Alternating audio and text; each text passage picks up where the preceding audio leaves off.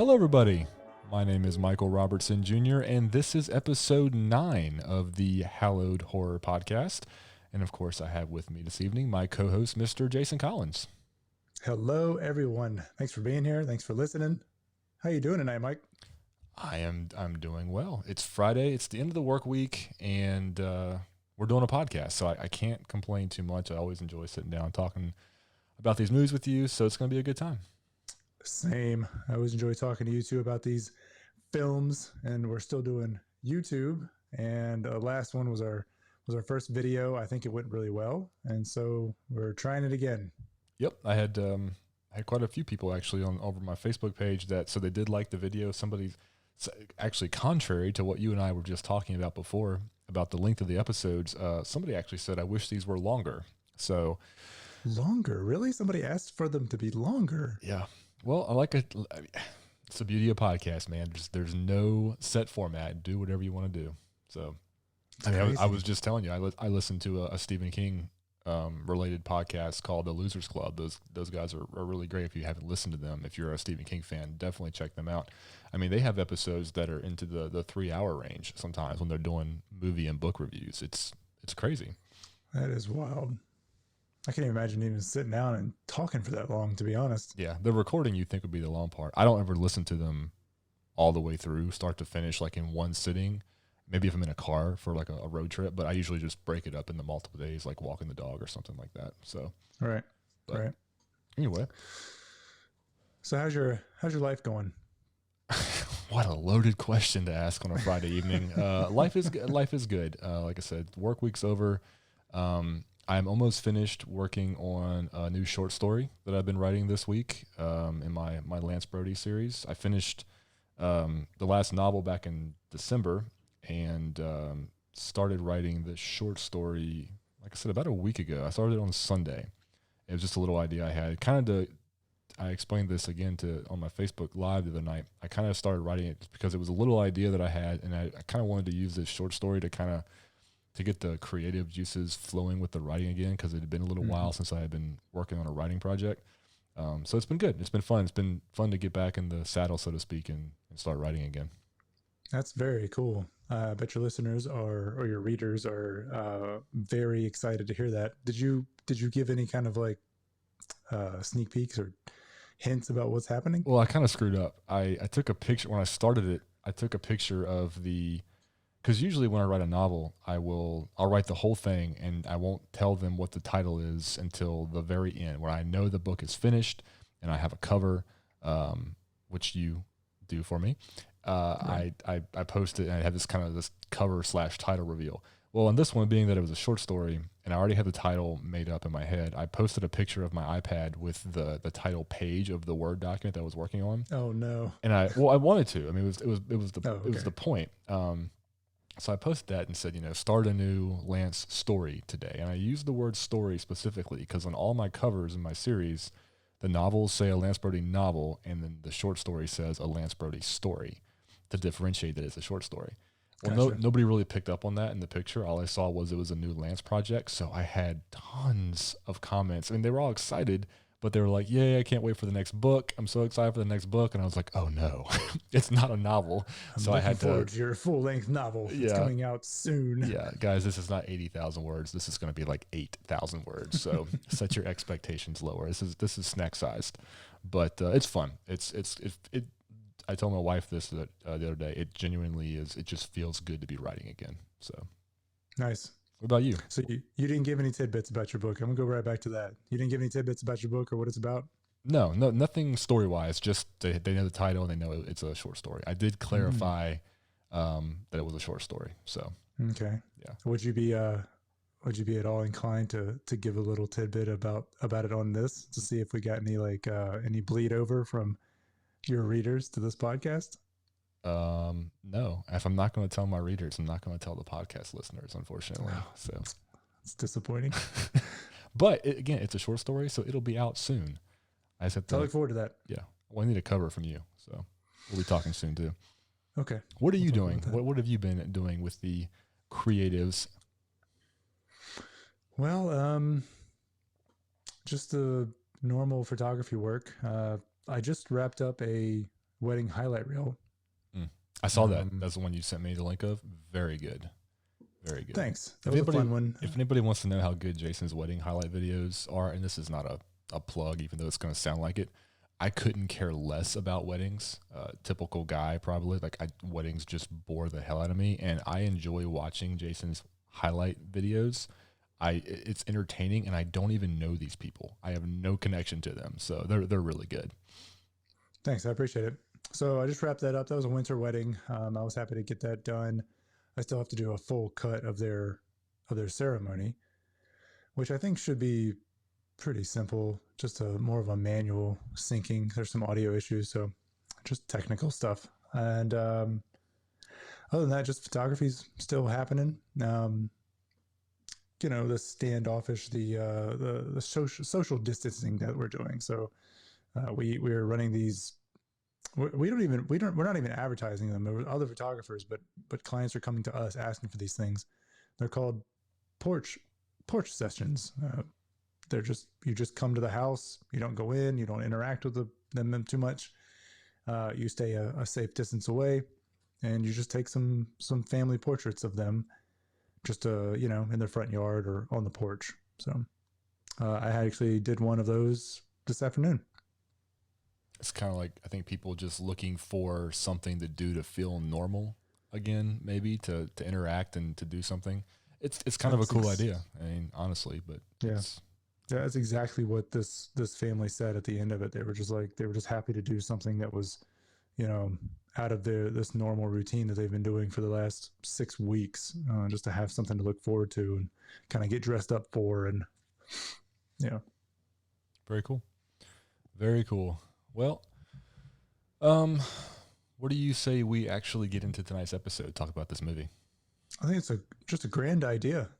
Tonight we're talking about a movie that we just went over last week, and we decided to go ahead and watch the other two movies because it's a trilogy, right? And last week we watched and reviewed or talked about the HELL HOUSE LLC, the very first one of the trilogy, and I think we both loved it. It's a great movie. We did, and we talked about it in the episode. I was a huge fan of it when I saw it back in the fall, and basically pleaded with you to watch it so we could do an episode on it, which we did. You also enjoyed it, and we mentioned in last week's episode that we were going to do episodes on the follow-up 2 films because it is part of a trilogy, like you said. We weren't going to do it right away. We hadn't planned on it being this week. The true story, listeners, behind why we watched this film is that Jason texted me and said, what film we're going to do this week? And I said, I don't know. What do you want to do? And he sent me a list of like 4 movies on Netflix. We picked one. I watched it first, and I sent back to him, this was a really weird movie, but it's by no means a horror film. We have to watch something else. This won't fit. So then we went back and forth through random text messages over the next couple hours, not like straight back and forth, but with delays in between. And we couldn't come up with anything. Couldn't make a decision. So finally we were like, you know what? The hell with it. Let's just do the HELL HOUSE LLC movies. We wanted to watch them. Might as well go ahead and knock them all out together so there's cohesiveness, if you will. So that's what we did. And I think it was a good idea. Yeah, me too. And here we are. So we just watched the second movie in the trilogy titled HELL HOUSE LLC II, The Abaddon Hotel. Yes. With the release date of September 20th, 2018. So this is it feels like a pretty recent movie. It is. I actually didn't realize that the last 2 were so recent. The third film came out in 2019, which was just last year. So there was a pretty significant gap, I guess, between 1 and 2, but 2 and 3 rolled out basically back to back, a year apart. So yeah, you have to wonder if maybe they even like filmed them maybe around the same time and staggered the release. I don't know. It's interesting. I'd love to know how they did some of this stuff. But yeah, 2018 for this one, written and directed by the same gentleman who did the first one, which is Stephen Cognetti. I'm assuming he does the third one as well. I didn't jump on IMDb, but I'm pretty sure that he did. Mm-hmm. And have you noticed that they're the producers of this film? It's like the Cognetti family. It's a bunch of them. I saw that in the credits for this one. I noticed another Cognetti last name, and I did recognize that. We don't have. I guess we have a fairly new cast for the majority of this film. We have. Boy, here's some names. Vasil Fluter plays Mitchell. Jillian Gwertz, Jessica Fox, Joy. Is it Schatz or Shates? Molly Reynolds and Kyle Engelman as Brock Davies. I think those are the four that probably had the most screen time in the house, which is where the majority of the film takes place. Did you mention Dustin? Which one was he? He was the guy with the camera the whole time. Oh, then no, I did not get him. Sorry. Yeah, a newcoming cast. It was and I feel like maybe they did their best, but they had a really high bar to reach. I mean, we talked about the last movie, the first one, and where it really shined, and the editing was great in that movie, but the acting was just it was pretty great. The acting was really great, especially how they played off of each other, the naturalness of the cast, and how they really acted throughout the movie. I unfortunately can't say the same about this one.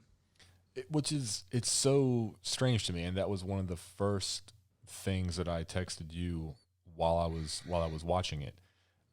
Was just it was almost jarring, the difference in the acting ability on screen right from the beginning. And in the beginning of this movie, there's a lot of moving pieces in the very beginning of this movie, bouncing around between some different set pieces and some different storylines and some backstory. And, unfortunately, yeah, the acting fell well short of the bar that the first film set. And immediately I was hit with a recognition of the fear that I mentioned in the last episode about even wanting to watch 2 and 3 of this series. Was one was so good. Did I want to ruin my whole overall perception of this film with lesser sequels? So there was a little bit of that apprehension in the beginning. I don't think this movie at the end of the day is as good as the first one, but it did have some redeeming qualities once it got going. Yeah, as far as a graph goes, I mean, it spiked a few times that sort of reached the quality of the anxiety and the scare. Overall, the movie was not as good as the first one. So we can do a quick synopsis. Just pulled this straight from IMDb. It's been 8 years since the opening night tragedy of HELL HOUSE LLC, and still many unanswered questions remain. Thanks to an anonymous tip, investigative journalist Jessica Fox is convinced that key evidence is hidden inside the abandoned Abaddon Hotel, evidence that will shed light on the hotel's mysteries. So she assembles a team equally hungry for answers, with one goal: to break into the hotel and discover the truth. Which is exactly the premise of the last movie. For the most part, the majority of the film revolved around, the kind of self-made documentary of the HELL HOUSE LLC crew assembling the haunt. But that footage was basically derived from a journalist doing interviews, trying to get to the bottom of what happened at the Abaddon Hotel. So you kind of have a round 2 of this, although there does seem to be a little bit of a nudge this time, getting people to go back with this newly found quote-unquote evidence that is supposedly is going to have answers that nobody else had known was in existence yet, including the police. So yeah, it's similar in premise. There's a couple things I wanted to bring up, and I guess this first part of the episode, we can talk about the things that we didn't really like so much, because there were some things that we did like. We both liked. We talked about it a little bit in the beginning before we recorded, so we can go over those after the break. But there was a stark contrast, a very big difference between this movie and the last. And the first of it was that there was a completely different production level, right? The first movie was highly geared towards found footage. This one had more of a produced look to it, and I don't think they nailed it, right?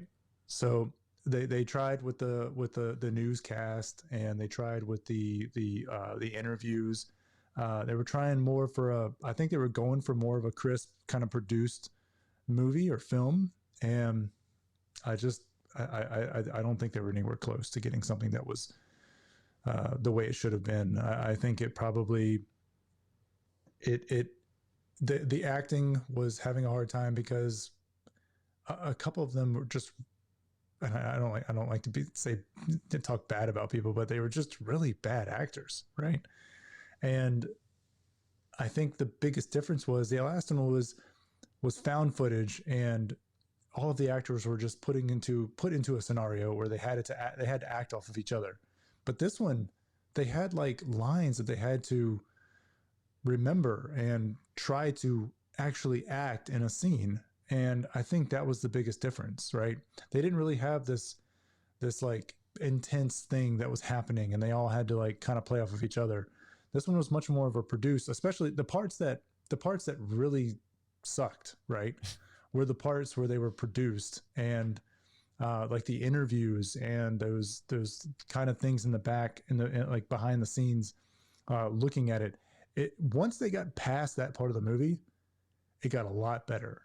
Once they got back into the found footage part, that was like their niche. That's where they felt comfortable, and the editing and the acting all got better. Well, most of the acting, and we'll talk about that later, but for the most part, it elevated a lot once they got back into the part where they felt comfortable editing and acting. Yeah, agreed. The whole in the beginning of this film is where I was really just getting that feeling of, oh my gosh, what is happening here? Because you're right, it's, you know, and I would love to interview Stephen Cognetti and just get a feel for how these movies were made and what the idea behind them was and what the process was. Because at the beginning of this movie, I'm sure they all were. It almost felt like a passion project. Like, you know, I don't understand. You know, again, there's Cognetti names in the production credits. Like, was this self-funded? Like, how did this happen? You would think that with the success the first one seemed to have, that, you know, the budget might have gotten bigger for this one. I don't know.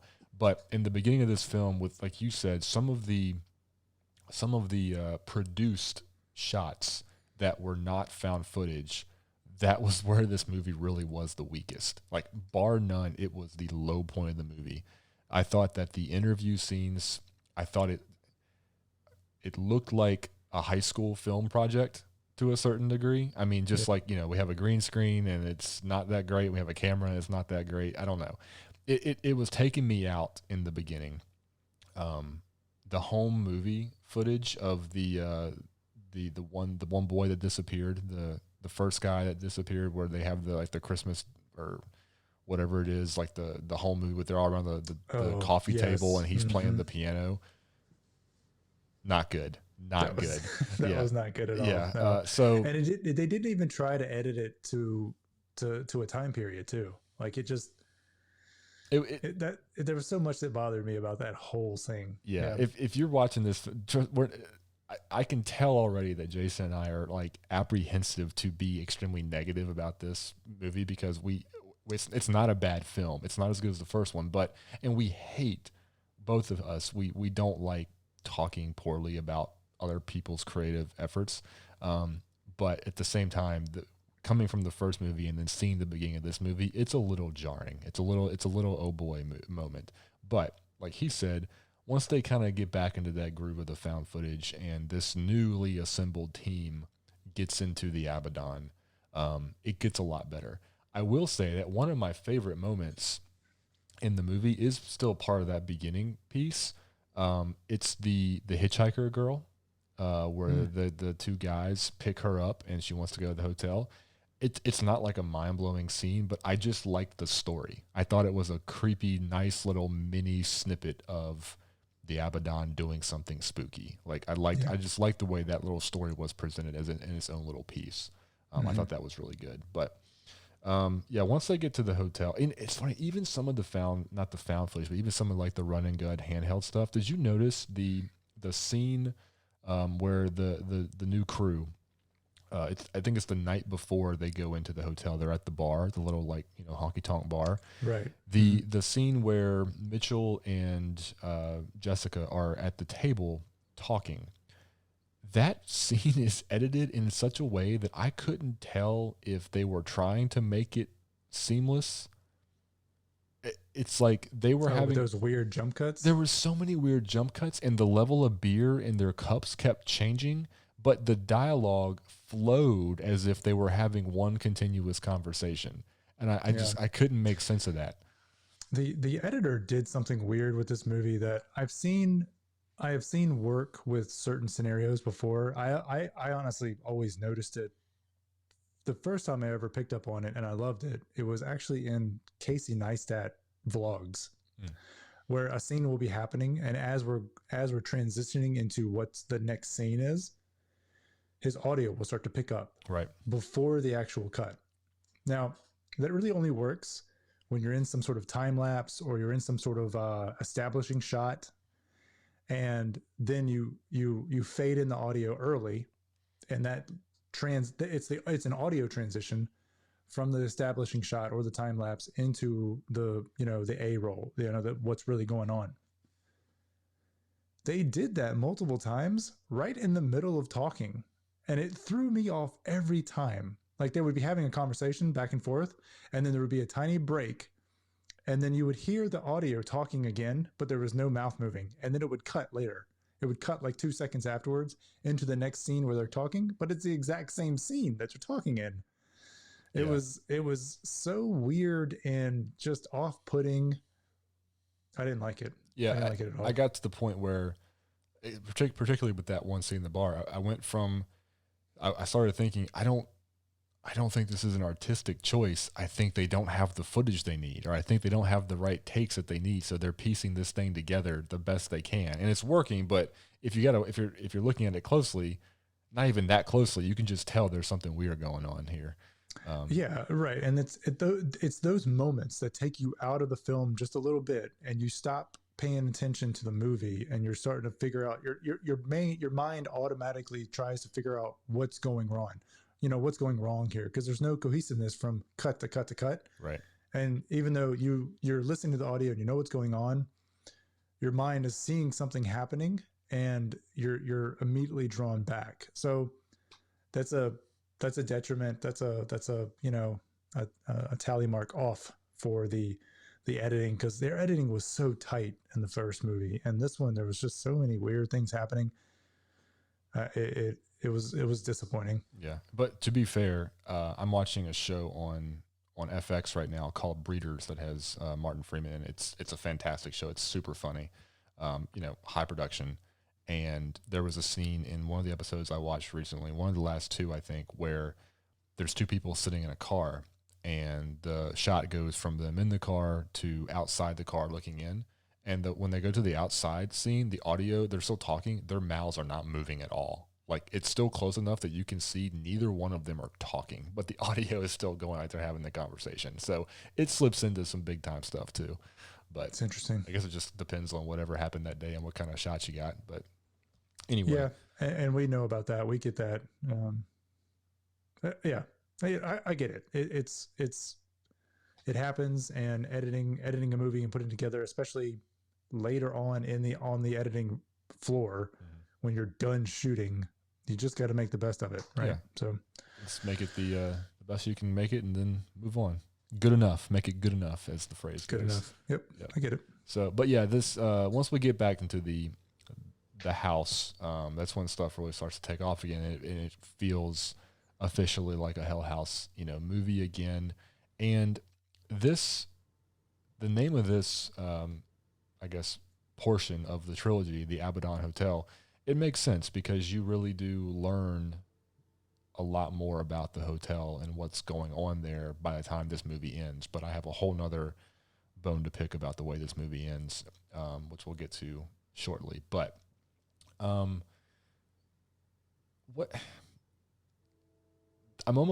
part of me that's almost kind of like wondering, like I'm almost bummed now that I watched the second one for a couple of reasons. The first reason is, obviously it wasn't as good as the first one, so my fear kind of came true. But the second reason I'm kind of bummed is now I have to watch the third one because I want to know how this story ends, like I'm hoping, although I think I mentioned this before, I did look at some of the written reviews on Shudder even before we started talking about watching the second one, and it seems like 2 is the weakest entry in the series. So I guess I have 3 to look forward to.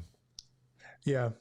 I'm sure that's not the response they're hoping for after you watch the second one. Oh, because I gotta watch the third now, even though I really want to, but Right. Yeah. Yeah. I gotta finish it. Yeah. No, I also remember reading that the second one was the weakest of it. I came into it honestly thinking that it was for some reason I thought it was some sort of like prequel, some sort of like explanation as to what happened with the actual hotel, but it wasn't. You know, it took place 8 years down the road, but it did go into more about what the hotel was doing, um, or what it was being used for, rather. And we did get some explanations that we actually brought up in the last episode, particularly why they stayed, why the main, what was his name? What was the main guy's name? oh, Nick? Was it Nick? The one that was like in charge of Hell House, the company that was putting on the haunt. Gosh, I really should have kept my notes from the last one. We figured out why he was so adamant that they couldn't leave, that they had to finish, and actually go through with everything when the other guys were trying to leave. I picked up that it had something to do with financial troubles, but Yeah. did you figure out exactly what happened? Well, they still weren't extremely specific. Okay. But they just the one clip that they find of him on the camera, and it's the only reason this clip is in the entire movie. They basically are just showing that whatever happened, he invested in something that did not go well and lost all his money. And the trick was he didn't invest his own money; he invested the company's money, and it didn't turn out well. Gotcha. Yeah. Okay. Yeah, that would make sense as far as, you know, why he was so adamant on them being there in the first place and, you know, pushing through to make it work. Right. So we did get some answers. And we got some answers too about what happened at the end of that movie last time. You know, we talked about, we could kind of see what was going on, but we really didn't understand what was happening. So we get a very long-winded explanation of that at the end of this movie. Which helped a little bit. Exposition in this movie was over the top. It was like that from the very beginning, and I didn't appreciate it at all. No, the end. We'll get there. We will get there. I'm reserving my rant until we get to that portion. Okay. There's still creepy moments in this. We're back in the house now. You know, we're back in the Abaddon, which is where the majority of the movie took place. In, you know, the first entry in the trilogy. That we finally get back full time with this new documentary crew. By the way, I really liked the kind of comedic addition of the median guy, Brock Davies. I thought he was kind of like just a fun, just cheesy, like you knew from the moment that dude showed up, he was going to die. The guy is not making it through this movie. He thinks he is some hotness and he is not. I thought that was a cornball cool. For sure. I did kind of like that scene though with him in the dining room with the pseudo Ouija board, where, I mean, he was asking some questions that kind of kept getting a little darker, and that thing was not moving. It's almost like he had this optimism that he was going to go in there and everything was going to be okay and he was going to find the answers. And the Ouija yes no answer, they were basically just telling him, no, you're going to die. We're going to kill you. Thanks for coming. Yeah. You know? Nothing good is about to happen, right? You're not going to help us. We're going to use you. Yeah, there was that scene and one other scene were my favorites of the whole movie. The other scene was actually the first Facebook Live scene where the kid goes into he's the one that does all kinds of stuff. He's been to caves and things like that, and he's got a following. The one where it just kind of freezes at the stairs? No. It was the first one before that one. Okay. The guy that freezes at the stairs. Oh, I think you're right. The guy that freezes the stairs was the Facebook one because it stayed on the whole time. Yeah. I think I was thinking about the other guy, that went in as a dare. Oh, where he was like, yeah, this is far enough, I think. Yeah, right. Okay. That scene was really good. That was probably that scene, and then also the Ouija board scene were my favorite in the movie. And his scene with the dare and him going through the house like that, my anxiety was like ramping up. I think that was probably my favorite scene out of the two movies put together. Really? It was, yeah, I thought it was really good. And it was those scenes and the Facebook one where they like it really elevated, like it spiked in production right at that point because they're good at that. They're really good at editing that kind of stuff. Mm-hmm. And that one was really good. Yeah, it did it for me. It was Right, good. right from the beginning of this movie, I thought to myself, well, Jason's having a fit right now because the first guy that when they're interviewing his mom, and he's, they show his videos that he sent, they used that colorful glitch so much in that video, and I was like, oh boy, here it is again. Where we are 45 seconds into this movie, and we've got like all these colorful glitches we've got not again. a single stitch of color in the entire scene, and then we've got these bright red and blues and greens happening in the glitch. Yeah, they didn't overdo it this time, and in fact they did use the glitch a lot, but they used like a proper glitch. Mm-hmm. Yeah, they did, where it was like monochromatic glitching, and they also used the fuzzing a lot too. So hopefully somebody picked up on that from the first movie, and they toned it down a little bit. And it was definitely still used a lot, but it was not near as distracting and used as much as it was in the first one. Right. The beginning sequence, and we're kind of jumping around a little bit, but Jason was talking about the guy that does the Facebook Live. One of the bits of the beginning of this film before the new documentary journalist crew gets to the hotel is they kind of recap all of these incidents that have happened at the Abaddon since the horrific night that Hell House opened, with these people that are going in, these own little like YouTubers and Facebook Live people going in to kind of do their own videos. And of course they always end badly. And some of them are fun. Some of them are better than others. The one that I mentioned a second ago with the one guy that he goes in, this is the guy that had the following on Facebook Live that does a bunch of stuff. He goes into the hotel, and he comes around this corner, and he's talking all this smack, and all you see, you get to this staircase going upstairs, and you see one of these obviously figures, these hooded robed figures, standing on the stairs, but you can only see up to about this guy's waist. So you see his waist down, and he's just standing there. And then the boy freezes, and he's like, "Oh, I'm sorry." And then he just kind of stops there. And there's maybe 10, 15 seconds of screen time where it's just a shot of him holding his phone, looking at this guy's waist, and he's freaked out. And I really like this from the writing perspective because it's such a simple scene, and they don't do anything with it technically. But the words that they use after that makes it creepy is where they go, nothing happened. This just goes on for hours.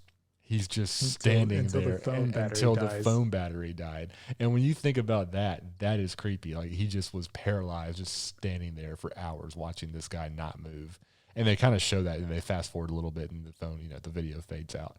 But that kind of reminded me a little bit of like in Paranormal Activity, where you get some of those time-lapse sequences where, the couple's setting up the camera in their bedroom every night trying to capture what's happening. And there's moments where they have the timestamp, down the bottom of what time it is. And the wife gets up, and she's like zipping around, the room, and then she'll stop, and she'll just stand next to the guy. And the timestamp shows that she's standing there for like an hour, 2 hours, just standing there like looking at him. And then she goes back to bed. Like, it's just a clever little trick that makes it creepy. But yeah, for sure. Yeah. So I think what we'll do is we'll take a break. We've talked about, kind of what we like about this one versus the last one. We'll take a break, and we'll get into, I guess, really the meat and potatoes of, once they get into the house and how the story kind of unfolds and what we liked about it, and then what we didn't like about it. I'm glad that you've already talked about exposition, because that really was my biggest pet peeve at the end of this film. So we'll take a quick break. We'll come back, and we'll talk about it.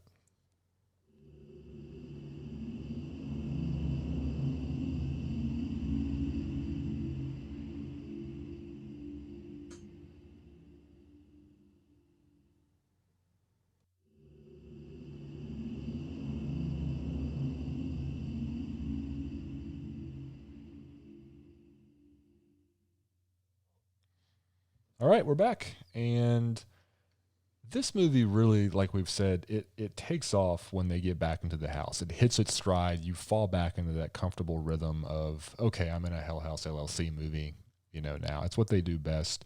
And I don't think that the tension really got quite as high as it did for me personally in this film as it did the first one, but there were still some creepy moments. They have some iconic, scenes just like in the first one with the clown and the girl, which make it feel right. Honestly, it's what you're waiting for in a movie like this. So, Right. all of that I thought they did really good, getting that story explained. Because at the end of the day, despite the scares and the running around, the screaming, there still is a story that is trying to be told here, and I think that they extracted it at a little bit of a slower pace than they did in the first film. There was a lot more running and screaming versus, what is actually happening that makes any sense, if that makes any sense to you. Yeah. Of course, this group coming in had a much different goal, though. They were coming in to, get this evidence, and their entire goal was to get in, get the evidence, and get out. Right. Even the main guy Mitchell, he was like, we're in there an hour tops, and we got to get in there. If anything feels weird, we got to drop everything and go. So it was a very different, a very different reason for being back at the hotel. Simply because the first group was there. They were there. They were in it for the long run. And, if we were to have probably cut up their entire time in the hotel, that would have been pretty slow. But, the documentary just showed the high points. So in this one, there was probably a lot more to fill, just as far as found footage goes. And I think it probably paced as well as it could. And this one was interesting because in the first film, you really didn't understand what was going on. You're there with that crew. They're setting up to build this haunt. There's some weird stuff happening, but it all seemed very subtle. It was a gradual buildup. This movie, it made the Abaddon, which again is fitting for the name of the film, it made the Abaddon more of a character. You felt in this film that the hotel had a purpose. Like, it was actually going after these people. It was trying to trick and deceive and use its abilities to get them there, and then obviously finish them off for its own, reasoning. And that was the part that I thought this movie got cool, when you realize that, it's trying to get them there. It almost kind of had a little bit of a Shining feel to it, where, like, the hotel is now an entity that is reacting and, trying to consume those around it. Right. Yeah. And I really enjoyed how you could start to tell, like, things were being put into place months ahead of time to try to get these things to happen. And I thought that was really brilliant. But it all came crashing down for me and for you. Yeah, definitely. Since I know you want to talk about this. So yeah. So what about the end did you not like? All right. So to fill people in, basically, the crew, they go in, some of them get, offed before others, and there's a lot of running around, screaming. There's creepy moments. There's things chasing them.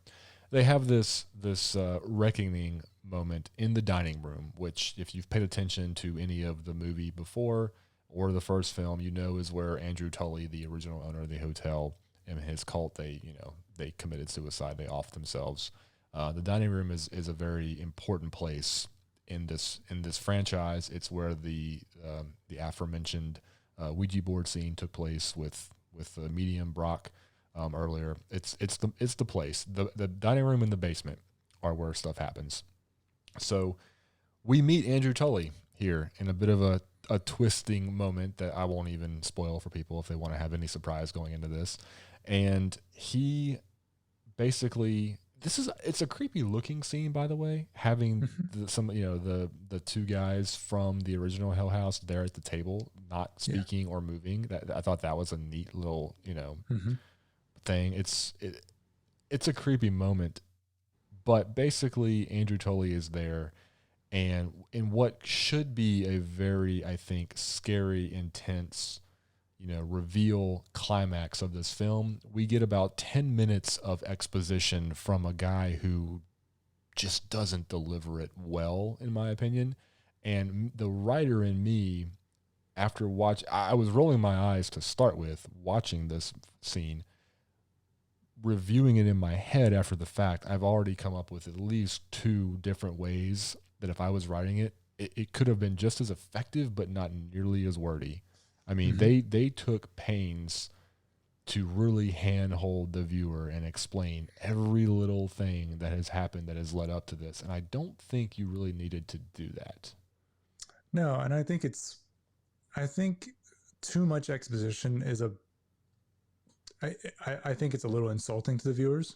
I mean, I had picked up a lot on what was going on before that actually happened, and then having him just go over it all over again. It had to be 10 minutes of that, and it could have been a minute and a half of him just ending it the way he ended it, make your decision kind of deal.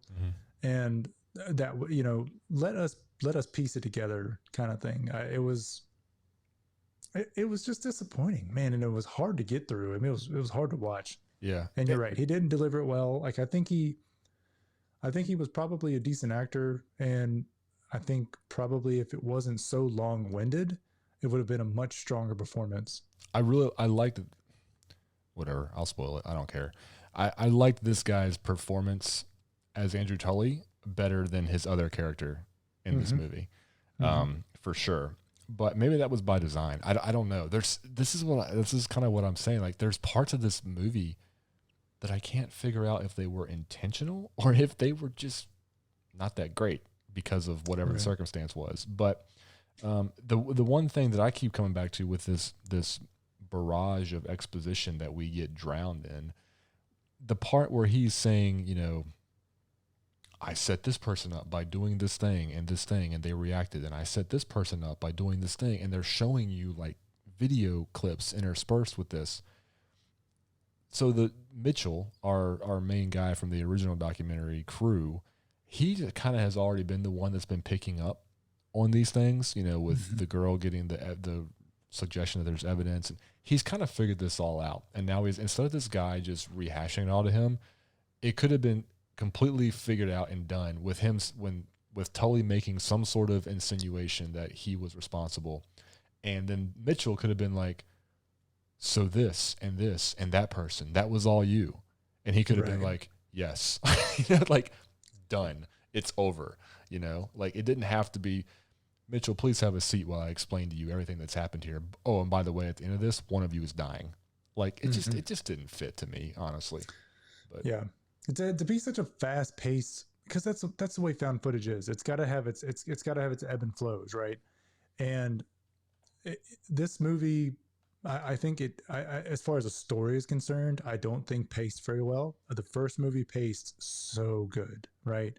It had that very slow burn, but it was a very nice incline into the really hard stuff. They hit the end of that movie, and the stride was great. This movie, I don't even know. It was all over the place with the pace. And then right at the end, it just it's like the wheels fell off, and people were just trying to push it across the finish line. It was hard to watch. It was not even a great place to put that whole scene. I'm with you. It could have been written much better.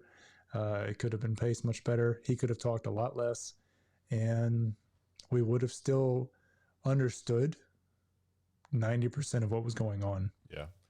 It was too much. And again, I think it can be forgiven, but this is a movie that has a really strong middle that has a very almost painful beginning at parts, and then the ending, which again, visually, I really like the end scene. I just didn't like all the dialogue. So that's unfortunate. However, I will say this, the very end with when I don't know if it's the police, I guess it's the police, when they're interviewing when they pick up Jessica, when they're talking to her, I really liked that moment. That actually shocked me for a second. Like, it was one of those, like, almost kind of when he crossed the scene. That was kind of one of those give you chills moments there for a second when he walked in front of the camera and she just got that new look staring. That was pretty good. I liked that little touch. We needed more of that. We needed more of that in the whole movie. Yeah, because that did answer the question that immediately you start thinking, because when things play out in the dining room, what you're then seeing doesn't seem to add up until that bit right there. Right. So That was cool. And it ends, I mentioned how this is like, the plot of this film is almost identical to the first. It ends the same way. I mean, hey, you should go to the Abaddon, see what's happening there. You know, it's a happening Right. place. Like, you know, it's interesting. And again, this movie, it sets up the third. They even show in the beginning of this movie with the title card that the following footage, you know, was edited and, you know, pieced together by, was it Win Media Group or something like that, this company. And the third movie, I took a look at the synopsis, is basically this Russell Wynn, who owns Wynn Media. He has a reality show that they're going to stage in Hell House, and I'm guessing things go wrong. Okay. So, you know, this movie number 2 was obviously written with movie number 3 in mind, it seems. So I'm wondering now if this was always a planned trilogy, or if number 1 did so well that it then became a planned trilogy. I don't know. Again, I would love to talk to Cognetti and have a conversation about this. Yeah. I mean, hearing that number 3 does so much better than 2, I don't know. It was probably, it had to have been an afterthought, right? It was like, okay, well, we threw in these little bits and pieces of it. Let's roll with it. Things like, you know, the Hell Lake and the and just the Abaddon itself, which I did do a tiny little dive on that, and we can go over that in a minute. But I think they probably needed something to build up to what the third movie was going to be, what their big bang was going to be about. So from that perspective, it was good. I just didn't like the way it ended. It ended very badly for me. Badly is the wrong word. It just ended. It didn't end on a good note for me. The movie had a lot of really shining moments, but the bad moments were just for a good movie that has really good moments, right? You can forgive some of the bad or the not well produced moments, but the not well produced moments in this one were so bad. It's hard to overlook. Yeah, I mean, you know, I've watched primarily thanks to Shudder. I have watched a lot of indie, much smaller budget, you know, horror films over the last year or so, and there are several of them where you can see where cost savings were had, you know, things were simplified, but there's still, it has not been anything that has pulled me out of the movie like the beginning of this movie did. Mm-hmm. And again, I think that just kind of goes down more to the actors than it did anything else. But Right. again, I'm not going to sit here and nitpick and complain about this movie, because at the end of the day, I mean, it's still, the guy still went out and made this. It was fun. We're going to watch the third one. But as of right now, the first one is Hell House LLC, the original, is a fantastic film. I'm not recommending number 2 to anybody. And then once number 3 is watched, you know, I'll give my, I guess, final opinion on the whole story in its entirety. But as of right now, I think you could safely watch number 1 and not really need to watch number 2, unless you want to know more. More about what the Abaddon is and what it's being used for, because Right. you said it was an entity, but it's really not itself an entity. It's more Who's in it? it's more a door, a portal of sorts. Yeah. And the term Abaddon, let's just hash this out real quick, right? It appears in the Bible. I don't think I realized that, but it appears in the Bible as both a place of destruction and an angel of the abyss. So they're reading in the Hebrew Bible, Abaddon is used with reference to a bottomless pit, and often a place that with meaning the realm of the dead. So that term, that definition played well into this movie. Didn't they mention something in the first film that Abaddon was like the gatekeeper to hell or something like that? Well, I mean, you see a little bit of that in this film, just a glimpse of that. But I think the Abaddon was probably just being used as a door. I don't think the Abaddon was a door. Right.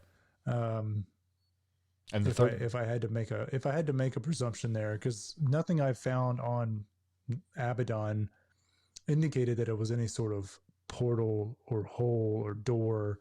It more indicated it was a place that, or an angel of the abyss.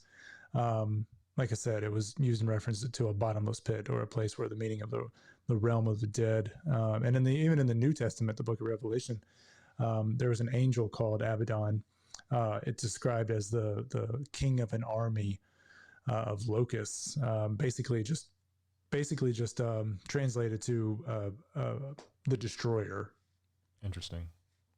Speaking of the door, the Latin phrase that's written on the wall that we see a couple times, they never fully translate that.